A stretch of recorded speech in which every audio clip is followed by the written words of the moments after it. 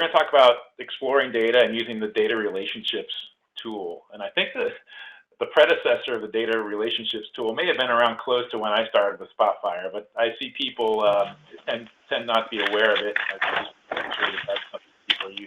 It feels like cheating. It's so easy to find relationships in your data. I have the same data set Gerard had, so I've got a number of things. In this case, they happen to be compounds, but they could be anything. Some measured, or I should say some calculated properties, so some calculations that can be done very cheaply and easily.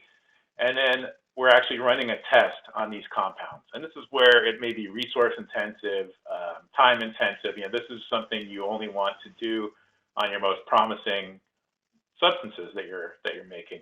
So how do you try and predict from your calculated properties to your measured properties?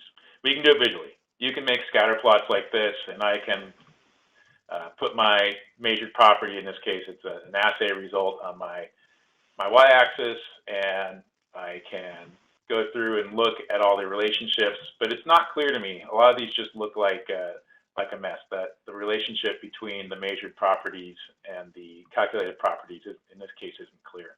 So here's what I think of as the cheat here. I can do tools, data relationships, and this gives me some comparison analytics that I can use. So here's my choices. I'm not going to go through these in detail, but I will point out that there are a couple to compare numerical results to numerical results, one to do numerical to categorical, or a couple, and one to do categorical versus categorical. So it depends on how many discrete values you have in each.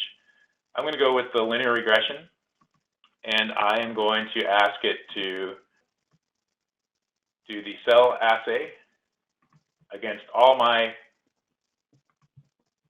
calculated, let's get that one out of there, there we go, all my calculated values. And Spotfire automatically runs that and creates visualizations for me.